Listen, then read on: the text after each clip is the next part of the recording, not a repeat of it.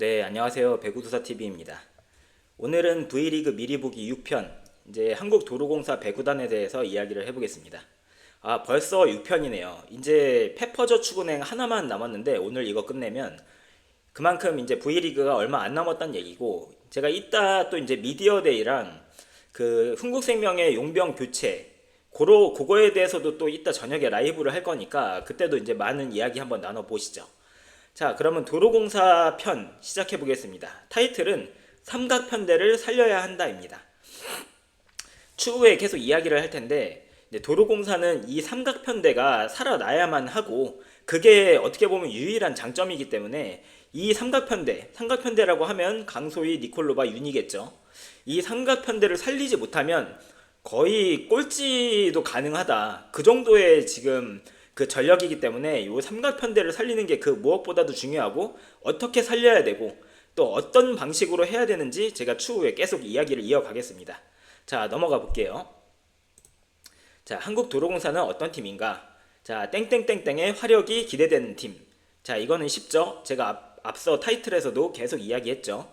삼각편대의 화력이 기대되는 팀입니다. 윤희, 니콜로바, 강소희, 요 세 명의 삼각편대는 화력이 좋은 편이죠. 그리고 셋 다 이제 15점 이상을 그 득점을 할 수 있는 공격력을 갖추고 있기 때문에 그 부분이 조금 기대가 되는 팀입니다. 그리고 땡땡땡땡이 가장 낮은 팀, 이거는 뭘까요? 땡땡땡땡. 자, 많은 분들이 아마 예상을 하실 겁니다. 평균 신장이 가장 낮은 팀입니다. 그러니까 이 도로공사의 주전 멤버는 키가 다 작아요. 강소희, 니콜로바, 윤희, 그리고 배유나, 뭐 김현정, 이윤정, 키가 다 작아서 평균 신장이 아마도 그 페퍼나 흥국이나 정관장에 비교하면 거의 한 5cm에서 10cm 정도 차이가 나지 않을까 생각이 드는데, 그 정도로 좀 키가 작습니다. 키가 작으면 이제 오픈이나 이제 전위 싸움에서 이제 어려움을 겪겠죠. 자, 그리고 전반적인 땡땡땡땡이 약한 팀. 전반적인 땡땡땡땡이 뭘까요? 이것도 다 이어지는 이야기입니다. 전반적인 선수 구성이 약한 팀입니다. 선수 구성이. 이 부분은 이제 기업은행과 좀 비슷한 그런 면을 가지고 있죠. 자, 그럼 다음으로 넘어가 볼게요. 아이고, 이게 아니고, 네, 요게 먼저 나와야 되는데. 자, 코보컵의 주요 기록입니다. 도로공사의 코보컵의 주요 기록. 자, 좋은 점은 왼쪽에 있어요. 좋은 점, 잘한 점. 킥오픈 성공 1위. 자, 그리고 서브 2위. 그리고 범실을 안 한 겁니다. 이건 범실을 많이 한 게 아니라 범실 생산이 가장 적은 팀이었다. 요 세 개가 가장 잘한 겁니다. 제가 이제 그 기록 하나하나 보고 뽑았는데 요 세 개가 가장 잘한 겁니다. 요 킥오픈 성공 1위의 지분은 이제 누구한테 있냐면 이 공격 3인방한테 있어요. 윤희, 니콜로바, 강소희. 요 공격 3인방. 요 3인방이 이제 킥오픈 성공이 1위를 했고, 근데 이제 그 이면은 또 이제 안 좋은 부분이 있는데 그 부분은 제가 요 단점에서 이야기를 할게요. 결국에 그런데 이제 이 선수들을 살리려면 킥오픈의 토스가 가야 된다는 거는 이 수치가 이제 증명을 하는 겁니다. 결국에는 그건 이제 이윤정의 토스와 관련이 있겠죠. 그리고 서브 2위. 요거는 이제 누구 지분이 클까요? 요건 니콜로바의 지분이 크겠죠. 니콜로바가 서브 득점을 워낙 경기당 한 5개씩은 하니까 그 부분에서 이제 니콜로바의 서브가 2위를 만들었고요. 그리고 범실을 안 하는 팀이다. 요거는 이제 확실히 좀 그 주전들이 좀 경험이 많고, 뭐 임명옥이나 강소희나 뭐 중간에 들어오는 뭐 문정원이나 뭐 배윤아나 다들 베테랑급의 선수들이라 범실을 다른 팀 젊은 선수들이 많은 팀에 비해서는 잘 안 한다. 요게 이제 그 도공의 코보컵에서 보여준 장점이라고 볼 수 있습니다. 그럼 단점으로 가볼게요. 대부분 공격 지표가 최하위권입니다. 뭐 득점, 공격 종합, 공격 성공률, 뭐 오픈 공격, 시간차, 뭐 이런 게 다 하위권이에요. 다 6위 아니면 7위예요. 다 5위, 6위, 7위에 있습니다. 대부분이. 그렇기 때문에 이 공격력이 확실히 좀 이걸 보면 좀 약해 보여요. 요 킥오픈 성공 1위랑 요거랑은 굉장히 대조되는 그 데이터인데, 킥오픈이 아닌 공격에서는 정말 약하다. 그러니까 이게 킥오픈이 아닌 공격에서 정말 약하다는 거는 요 세 선수가 다시 한번 하이볼 오픈을 잘 때릴 수 있는 선수는 아니다라는 거를 의미합니다. 오픈 공격 꼴찌. 이것도 이제 이어지는 맥락이죠. 그냥 하이볼 오픈이나 그냥 일반적인 오픈은 성공이 잘 안 된다. 26.75%면 진짜 성공이 잘 안 되는 거죠. 그러니까 이윤정의 토스가 어떠냐에 따라서 이 선수들이 공격을 성공시키냐 못 시키느냐가 달려있다고 봐도 이제 과언이 아닌 거죠. 자, 그리고 속공 꼴찌, 그리고 리시브 꼴찌, 그리고 블로킹 6위.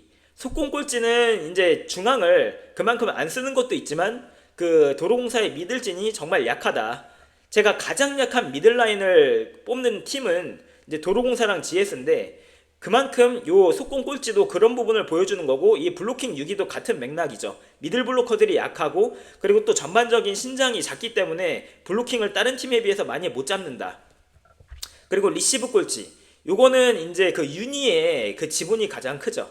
임명욱은 리시브 1위를 했고 그 강소희는 리시브율이 35% 수준이었기 때문에 나쁘지 않아요. 근데 이제 윤희가 너무 까먹은 거죠. 12%를 했으니까 리시브 효율이. 그러니까 스테파니 와일러랑 거의 똑같아요, 윤희는. 그렇기 때문에 너무 깎아먹어서 리시브가 꼴찌가 된 겁니다. 자, 요 코보컵의 기록을 보면 이 팀이 어떤 팀인지 대충 아시겠죠? 자, 그러면 넘어가 볼게요. 자, 포메이션으로 가보시죠. 자, 포메이션으로 가면 자, 이렇게 주전 라인업이고요. 그리고 백업 선수들까지 제가 활용이 될 선수들 위주로 넣어놨습니다. 자, 미들라인에 배유나 김세빈, 그리고 아웃사이더 히터의 윤희, 강소희, 세터의 이윤정, 그리고 아포짓의 니콜로바, 그리고 리베로의 임명욱입니다. 자, 미들라인은 제가 방금 전에도 이야기한 것처럼 가장 약합니다. 배유나 김세빈 라인은 그 GS 미들라인과 함께 가장 약해요. 그래서 하를 줄 수밖에 없는 그 라인이죠. 그리고 이제 윤희는 요번에 그 평균 득점이 13점이었습니다. 경기당 13점. 그 정관장의 메가티보다도 윤희가 득점을 더 많이 했어요. 근데 이제 윤희의 문제점은 뭐냐? 리시브 효율이죠. 리시브 효율이 이제 와일러랑 윤희랑 비슷한데 요 부분에서 똑같은 그 약점을 가지고 있습니다. GS도 와일러가 버텨주느냐, 아니면 버티지 못하고 반쪽짜리가 되느냐. 도공도 마찬가지. 윤희가 버텨주느냐, 그리고 버티지 못하고 반쪽짜리가 되느냐. 반쪽짜리가 된다면 이 자리에 전세환이나 김세인이나 뭐 이렇게 들어가겠죠. 그러면 이게 너무 무게감이 뚝 떨어지죠. 득점을 10점 이상 내기가 어려운 선수들이니까. 그러니까 무게감이 너무 뚝 떨어져서 요 이제 윤희에 많이 달려 있어요. 한 선수의 팀의 운명이 많이 달려 있는 거는 좋은 모습은 아닌데 윤희한테 많이 달려 있는 거는 사실입니다. 그리고 강소희는 상을 줬습니다. 강소희는 리시브율이 35% 수준의 공격 그 평균 득점이 15점 정도 수준을 하기 때문에 그 아웃사이더 히터 52론에 따라서 이제 강소희는 상위로 분류할 수 있는 선수입니다. 자, 그리고 이윤정은 하를 줬습니다. 이윤정은 제가 7개 구단 중에서 이고은과 함께 이제 가장 약한 세터다. 전위에서도 약하고, 그렇다고 수비도 그렇게 막 세터치고 잘하는 편도 아니고, 그렇다고 토스 스피드가 그렇게 좋거나 공격수를 살려줄 수 있는 세팅을 하는 것도 아니고, 그러다 보니까 쿠보컵에서도 이윤정의 약점이 많이 드러났는데, 그나마 이윤정한테 좀 기대를 할 수 있는 부분은 이윤정이 지난 시즌보다 그 점프 토스를 많이 좀 시도를 하는 모습은 있었습니다. 쿠보컵에서 점프 토스를 해가지고 볼의 궤적을 좀 더 본인의 궤적보다 좀 낮고 빠르게 주려는 노력들이 있었어요. 중간중간에 그게 잘 맞은 경기도 한 경기 정도 있었고요. 그래가지고 이제 그거는 제가 볼 때는 이윤정의 그 이제 토스웍 변화, 업그레이드에 달려있다. 근데 이윤정이 진짜 한 시즌 만에 그게 업그레이드가 가능할지 안 할지는 그건 지켜봐야 되겠는데 그거 쉽지 않죠. 그래서 이윤정에 대한 이야기는 이따 또 할 건데, 그런 부분에서 이윤정은 제가 볼 때는 하이입니다. 그리고 니콜로바는 중 줄 수 있는 선수죠. 빅토리아, 니콜로바 이 정도의 선수들은 이제 중이 가능한 선수고, 니콜로바는 그 불가리아 대표팀에 있을 때는 뭐 우리보다 훨씬 전력이 강한 유럽팀을 상대로도 20점씩 내고 막 그랬어요. 공격 성공률도 40% 정도 나왔고. 근데 우리나라의 이 더 낮은 수준이랑 하는데도 공격 성공률이 그렇게 높게 안 나오는 거는 뭐를 의미할까요? 제가 볼 때는 그 세터의 토스 상성이 안 맞다고 보는 게 가장 정확한 것 같습니다. 다른 것보다.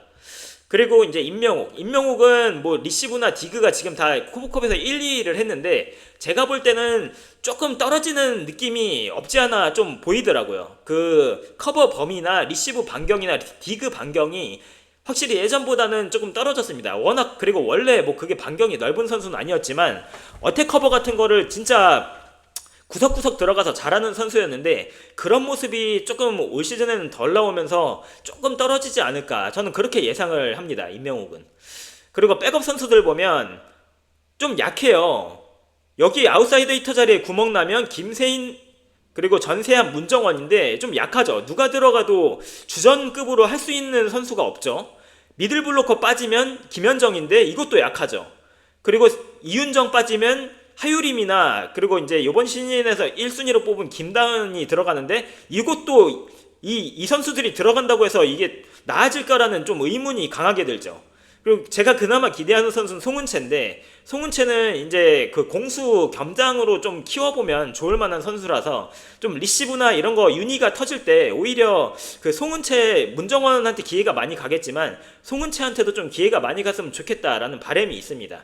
그래서 전반적인 이 퀄리티 자체는 그렇게 이렇게 강해 보이지 않고 그냥 중위권이나 중하위권 정도 하겠구나라는 전력입니다. 백업은 하예요. 백업 전반적인 퀄리티는. 그렇기 때문에 전반적으로 보면 중하 정도의 좀 그 실력이라고 평가할 수 있죠. 자, 그럼 다음으로 넘어가 보죠. 장점. 자, 도로공사의 강점. 삼각편대 공격력.